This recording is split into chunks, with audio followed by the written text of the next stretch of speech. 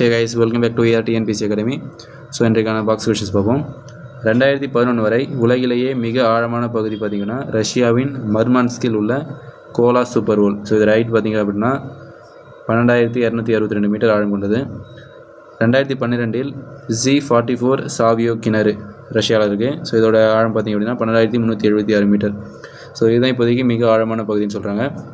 இது துபாயில் உள்ள புர்ஜ் கலிஃபாவை விட 15 மடங்கு பெரியது. புவியின் உட்புறத்தை பற்றிய ஆராய்ச்சிகள் தொடர்ந்து நடைபெற்று கொண்டே இருக்கின்றன. ஓகேங்களா?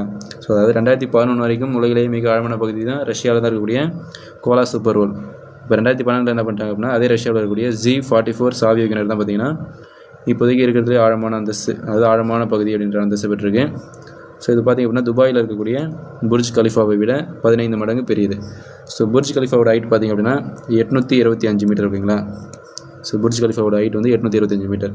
ஸோ அதேமாதிரி உலகின் மிகவும் ஆழமான அகழி எதுன்னு சொல்லி கேட்டாங்கன்னா பசிபிக் பெருங்கடலில் இருக்கக்கூடிய மரியானா அகழி தெரிஞ்சுக்கோங்க. ஸோ உலகின் மிகவும் ஆழமான அகழி எதுன்னு சொல்லி கேட்டாங்கன்னா பசிபிக் பெருங்கடலில் இருக்கக்கூடிய மரியானா அகழி. அதேமாதிரி இந்திய பெருங்கடலில் 2 அகழிகள் இருக்குது. ஒன்று பார்த்திங்க அப்படின்னா ஜாவா அகழி, ஸோ இன்னொன்று பார்த்திங்க அப்படின்னா சுந்தா அகழி. ஓகேங்களா?